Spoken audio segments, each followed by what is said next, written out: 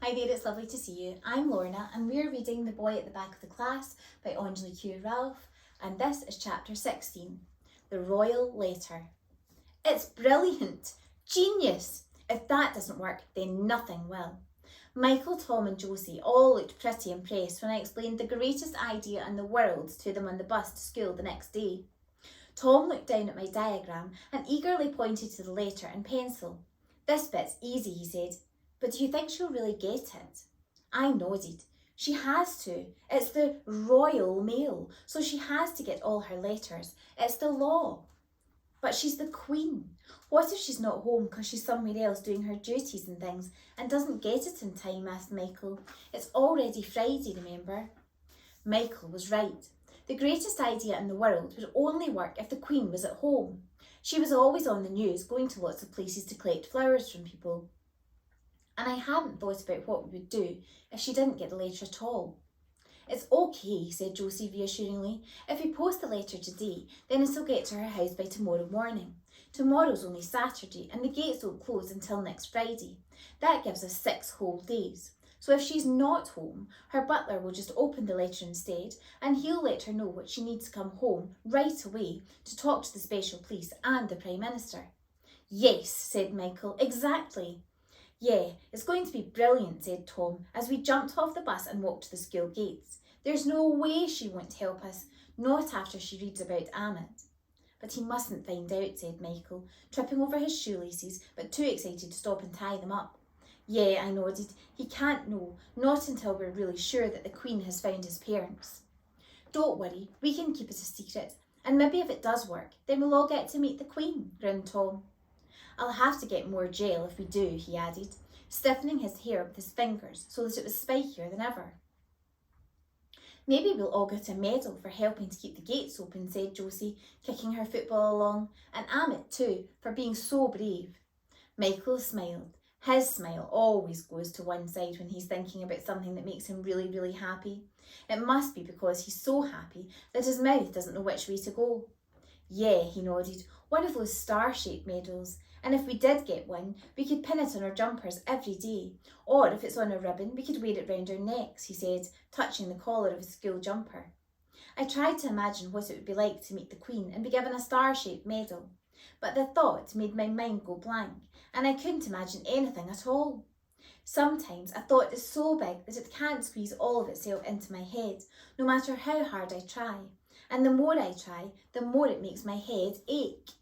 Uncle Lenny says that that's where headaches all come from, when you've tried to think too many thoughts or a giant thought tries to get in but it's too big to fit.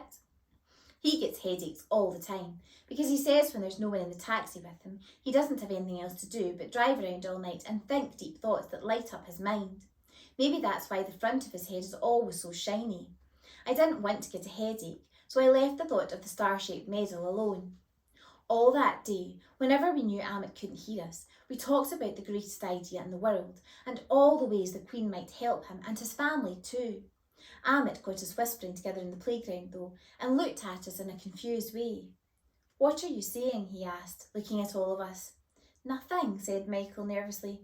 We were just talking about homework, said Josie. Big homework, I added, quickly crossing my fingers behind my back. Your homework is small and easy, see? Ours is big and lots more. Okay, said Amit slowly, but I don't think you sounded like you believed us. After that, we all whispered an agreement not to speak about the plan until home time, which was when we planned to write the royal letter. But it seemed that the more excited we got about putting the greatest idea in the world into action, the longer it took for the day to pass. And that afternoon felt like the longest afternoon any of us had ever had. I kept looking up at the classroom clock to see if its hands had moved, and I could see Tom and Michael and Josie doing the same thing. Then finally, just as we were about to give up hope of them ever reaching 3:15, the school bell rang for home time, and Mrs. Can said, "Right everyone, off you go. See you all on Monday." We all hurriedly waved bye to Amit, and instead of going with him to meet his foster mum like we usually did, we ran to the bus stop just as fast as we could. There's a wall behind the bus stop, just long enough to fit 5 people. After we all sat down, Josie gave me a piece of yellow paper she had taken from her class tree, which was brand new, and Tom gave me his very best handwriting pen to use, and Michael gave me his workbook to lean on. He guessed we would have to miss 2 buses home, but it didn't matter, not when we were trying to write the most royal letter any of us had ever written before. Everyone said I should write it because I was the best at spelling. I was pretty nervous, but Tom and Josie and Michael all helped me choose what to say, so in the end it wasn't as hard as I thought it was going to be. This is what the royal letter said. Your Royal Majesty of the United Queendom of England. Please, Mrs. Majesty, there is a new boy in our class called Amit, and he's a refugee boy from Syria, where there is a war and lots of bullies throwing bombs and hurting people. Amit had to get in a boat and walked a long way to come to our school and had to leave his mum and dad behind in tents too. Amit needs to find them before the government closes all the gates. We thought, because you own the country and the police and the Prime Minister has to listen to you, that you could please ask your special police and the Prime Minister to keep all the gates open and help Amit find his family. We know the gates will close on Friday, so this is an emergency. You can find us at Nelson Primary School, and Mrs. Can is our teacher and Miss Hemsey is Amit's special teacher. Please let us know if you can help as soon as you get this letter. Love from me, 9 3/4, Tom, 9, Michael, 9 1/2, and Josie, 9 1/4.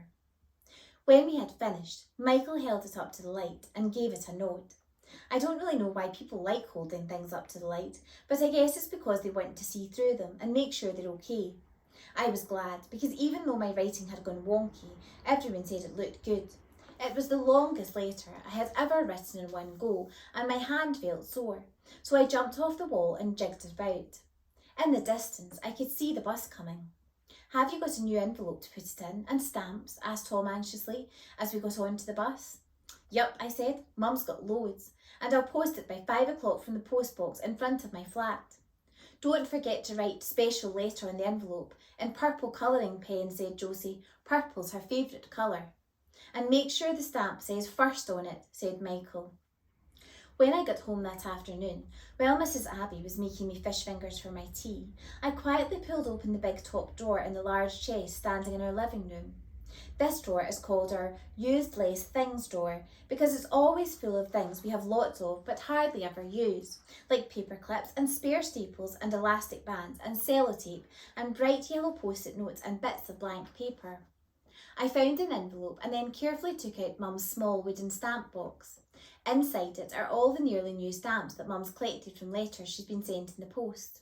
Most stamps are marked with something called a postmark, which means you can't use them again. But sometimes they aren't. When that happens, Mum claps her hands like it's Christmas morning, carefully peels the stamp away so that it looks just as brand new as possible, and puts it in her stamp box. I picked out 3 that had the nicest pictures with the colour purple in them and had a first in the corner.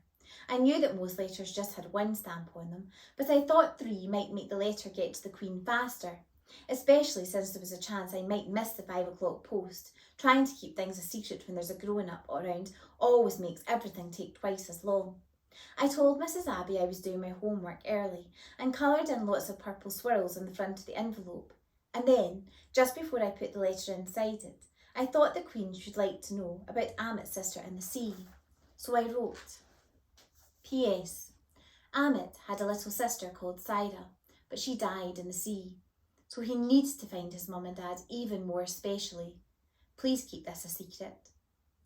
I knew what had happened to Amit's sister was a secret, but last year Mr. Thompson told us that the Queen has to keep state secrets, and if she can keep secrets about the state of everything, I knew she could keep Amit's secret safe for him too. Join me for chapter 17.